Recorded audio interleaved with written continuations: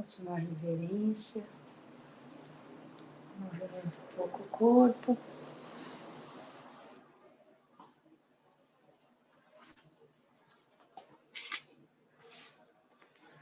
Espero que vocês estejam bem.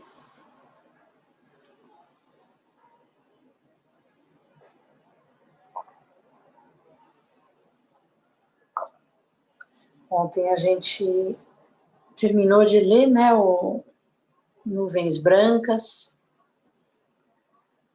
o Velho Caminho, seguindo as pegadas de Buda.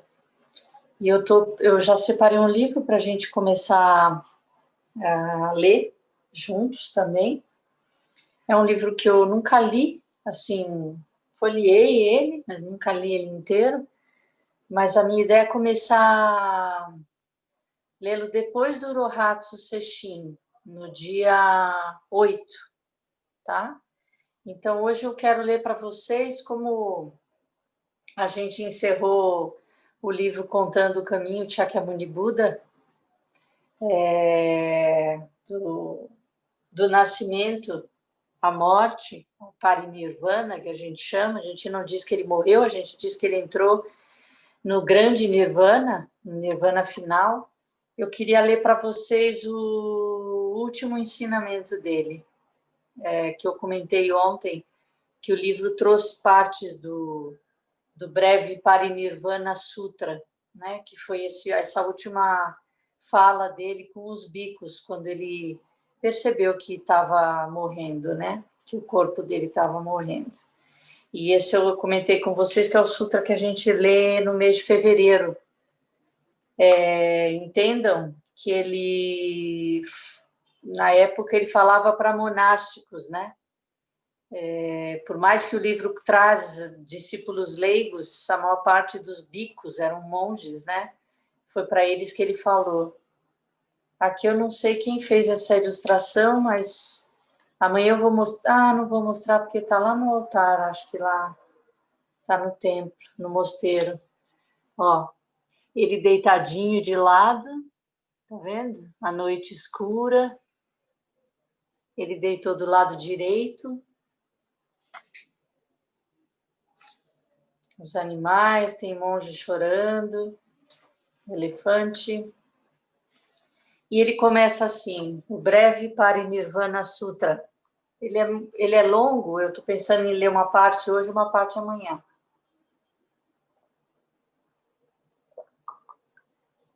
Quando Shakyamuni Buda girou pela primeira vez a roda do Dharma, a Jinata Kaudinya despertou. Em seu último discurso do Dharma, Subhadra se iluminou. Todos que deveriam ser despertos assim o foram. Entre duas árvores sala, Shakyamuni Buda estava quase entrando para o Nirvana. Era o meio de uma noite calma, silenciosa, sem nenhum ruído.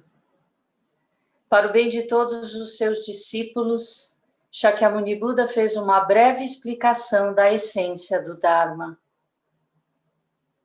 Ó monges, depois de minha morte, respeitem e compartilhem os preceitos. Manter os preceitos é como encontrar uma luz na escuridão. É como uma pessoa pobre encontrando um grande tesouro. Saibam que os preceitos são para vocês o mestre. Manter os preceitos é me manter sempre vivo neste mundo. As pessoas que mantêm os preceitos não devem se dedicar ao comércio, nem devem possuir campos e moradias. Não devem governar sobre outras pessoas e nem manter servos ou animais. Devem evitar possuir plantações e acumular bens, da mesma forma que evitariam uma fogueira. Não devem cortar grama nem árvores, arar o solo ou cavar a terra, misturar remédios, ler a sorte, observar a posição das estrelas, predizer as fases da lua, calcular calendários e dias auspiciosos. Controlem seus corpos, Comam nas horas certas em pureza, se conduzam. Não se envolvam nos afazeres mundanos, nem hajam como mensageiros, não façam mágicas, não misturem poções e não se tornem íntimos com pessoas eminentes. Com a mente clara e correta atenção, vocês devem procurar o despertar. Vocês não devem esconder seus erros, não devem expressar pontos de vista errôneos e nem liderar pessoas erroneamente. Ao receber as 4 espécies de ofertas, saibam a quantia correta e fiquem satisfeitos. Não acumulem ofertas. Agora vou falar brevemente em como proteger os preceitos. Os preceitos são a base da verdadeira libertação. Por isso são chamados de pratimoksha, o que leva à liberação. A confiança nos preceitos faz surgir todos os dhyanas e a sabedoria que extingue o sofrimento. Por esta razão, monges, vocês devem manter os preceitos e não os devem infringir. Se vocês mantiverem os preceitos, obterão o bem. Se não os mantiverem, nenhum mérito surgirá. Assim saibam que os preceitos são o local onde vive a equanimidade, que é o mérito fundamental. Ó monges, vocês que mantêm os preceitos devem controlar os 5 sentidos. Não deixem os sentidos desprotegidos, permitindo que os 5 desejos penetrem e controlem vocês. É como o vaqueiro que brande sua vara para evitar que o gado invada a plantação de outra pessoa.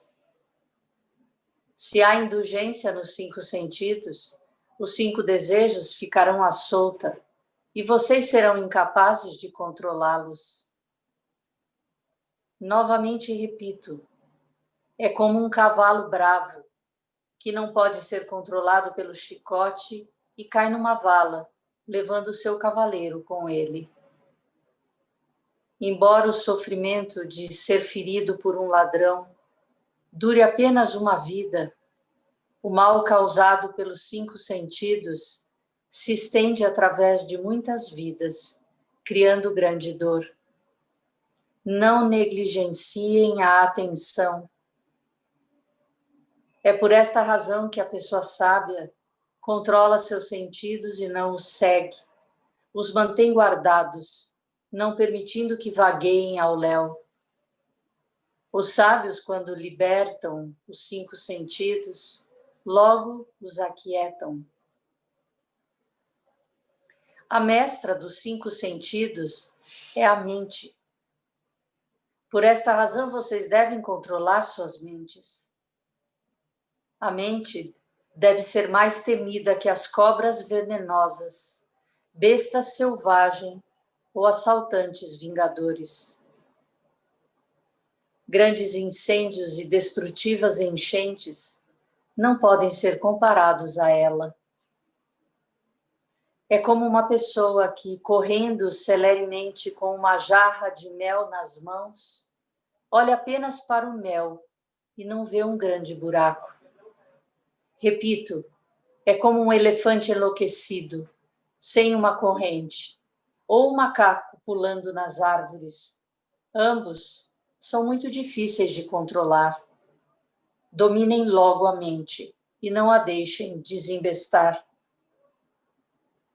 Se cederem, perderão a boa sorte de terem nascidos humanos. Se mantiverem a mente focada, não haverá algo que não possam obter. Por esta razão, monges, vocês devem se esforçar com muita diligência para manter a mente sob controle. Ó monges, quando receberem comida e bebida, Vocês as devem considerar como remédio. Não peguem mais daquilo que gostam e menos daquilo que desgostam. Apenas aceitem o suficiente para manter suas vidas e controlar a fome e a sede. Façam como a abelha, que apanha apenas a doçura das flores, sem manchar sua cor ou tirar sua fragrância. Aceitem apenas o suficiente das ofertas para evitar tristezas. Não peçam muito para não destruir as boas intenções. Isso se compara à pessoa sábia, que conhece a força de seu touro e não o sobrecarrega. Ó monges, dia e noite pratiquem com determinação o bom ensinamento. Não percam tempo. Não negligenciem seus esforços, nem mesmo à noite, nem pela manhã, ao amanhecer. No meio da noite recitem os sutras. Assim vocês devem ordenar suas vidas. Não deixem que a vida passe à toa, apenas dormindo, sem obter a realização. Vocês devem se lembrar que o mundo todo está sendo consumido pelo fogo da impermanência. Rapidamente procurem despertar e não dormir. As paixões estão sempre prontas para matar uma pessoa, mais do que um inimigo mortal. Como vocês podem ficar dormindo e abaixar a guarda? As paixões são como uma cobra venenosa dormindo em sua mente. Não são diferentes de uma cobra negra dormindo em seu quarto. Espante-a com a ponta aguda dos preceitos. Vocês só poderão dormir tranquilos depois que a cobra sair. Se dormirem enquanto a cobra ainda estiver lá, vocês estarão agindo sem consciência. Entre as coisas refinadas, a tecedura da consciência é a melhor de todas. A consciência é como uma agulha de ferro com a qual se pinçam os enganos.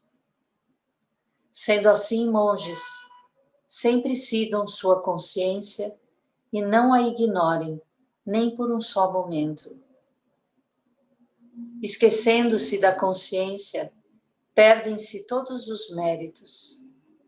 Aqueles que conhecem o pudor sabem do bom ensinamento. Aqueles que não conhecem o pudor não são diferentes de bestas selvagens.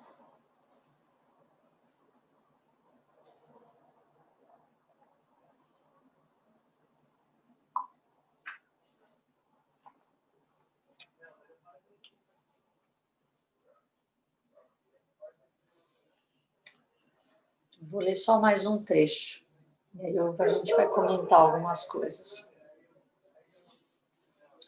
Se alguém, ó monges, se alguém vier desmembrá-los, articulação por articulação, vocês devem controlar a mente e não permitir que a raiva surja. Da mesma forma, vocês devem proteger suas bocas, caso contrário, palavras más sairão delas. Se vocês permitirem pensamentos de raiva, vocês estarão obstruindo seus próprios caminhos e perdendo o benefício de seus méritos. A paciência é uma virtude superior à manutenção dos preceitos e às práticas ascéticas. As pessoas que praticam paciência podem verdadeiramente ser chamadas de poderosas, de seres superiores. As pessoas que com paciência e alegria podem aceitar o veneno do abuso como se estivessem bebendo néctar celestial, essas podem ser chamadas de pessoas de sabedoria que adentraram o caminho. Por quê? Porque os méritos maléficos da raiva quebram todos os bons ensinamentos e destroem um bom nome, de forma que tanto no presente como no futuro as pessoas não sentirão prazer ao vê-las. Vocês devem saber que a raiva é mais poderosa que o fogo ardente. Sempre se protejam e não permitam que a raiva penetre em você. Nenhum ladrão rouba mais méritos do que a raiva.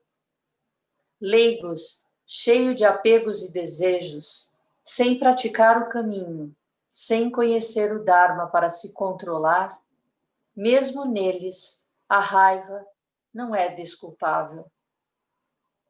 Aqueles que deixaram o lar e praticam o caminho do não apego nunca devem permitir que a raiva surja. Assim como o trovão e o raio não ocorrem no céu suave e calmo. Terrível raiva.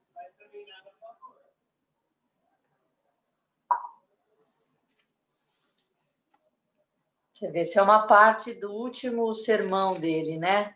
Enquanto ele estava prestes a morrer. Ele relembra a questão dos preceitos, né? Aqui como um primeiro ponto a ser preservado, a ser mantido e observado. Depois ele volta para os 5 sentidos, né? Que ele exaustivamente, Thich Nhat Hanh comentou no livro, né? No vazio, né? Dos 5 agregados e dos objetos da mente. E depois ele traz a mente, né? A questão de que ela deve ser mais temida do que cobras venenosas, assaltantes, vingadores. Porque a gente sabe, né, que a ignorância vem de uma mente confusa, né? Obstruída pela verdade, né? Obstruída pela ignorância e que obstrui a verdade. Aqui eu queria falar quando ele fala de receber comidas e bebidas como se fossem um remédio, a gente na prece das refeições fala isso, né? Assim como um remédio para manter nossas vidas, aceitamos esta comida, para que a gente possa entender que é só para dar sustento, né? Não comer em excesso, não escolher, como ele fala, né? Aceitar tudo, né? Não pegar mais daquilo que gosta e menos daquilo que não gosta. E a coisa da determinação, né? De não abrir a guarda na prática.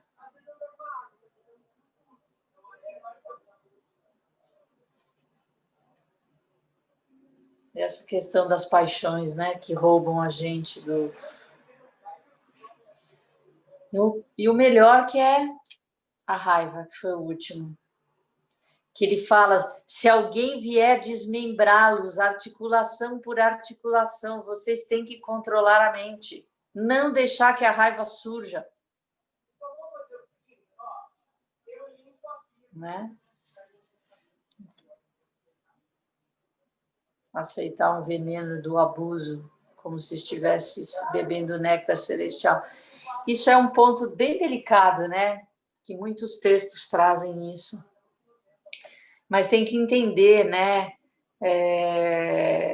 Esse receber, aceitar esse veneno do abuso, né? De uma maneira a não deixar que a raiva surja. Não quer dizer que você não vá fazer nada, né? Com situações de injustiça, com situações que devem ser transformadas, que não podem ser recebidas simplesmente. O problema é que toda a ação ou reação decorrente da raiva, normalmente ela se perde, né? Agora, como é que eu recebo aquilo? Percebo como eu vivi aquilo que eu recebi e aí sim eu transformo, né? O que ele traz aqui é essa questão de não deixar que a raiva surja, né? Assim como um trovão e raio não ocorrem no céu que é suave e claro, né?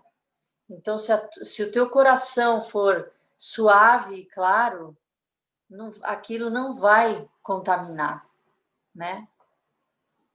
Não vai contaminar para que te segue, né? No sentido de te deixar com uma certa confusão mental ou essa falta de de clareza, né? Que ele ou a ignorância, na realidade, né?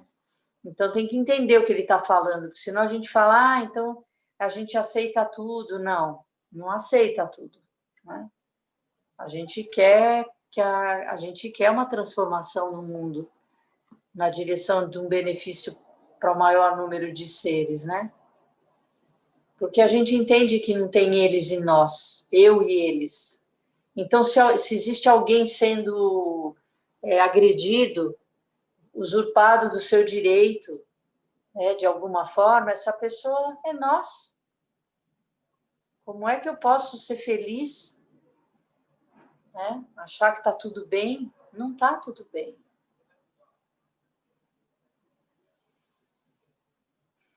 Alguém quer falar alguma coisa?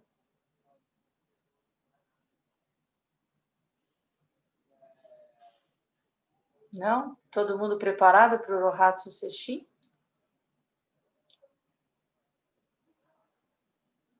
Eu vou raspar minha cabeça hoje.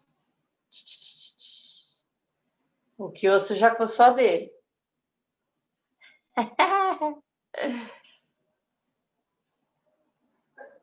Ninguém quer falar? Nada? Não? Então vamos encerrar? Vamos fazer a retribuição de méritos. E a gente coloca as mãos, palma com palma. Que os méritos de nossa prática se estendam a todos os seres e que possamos nos tornar o caminho iluminado.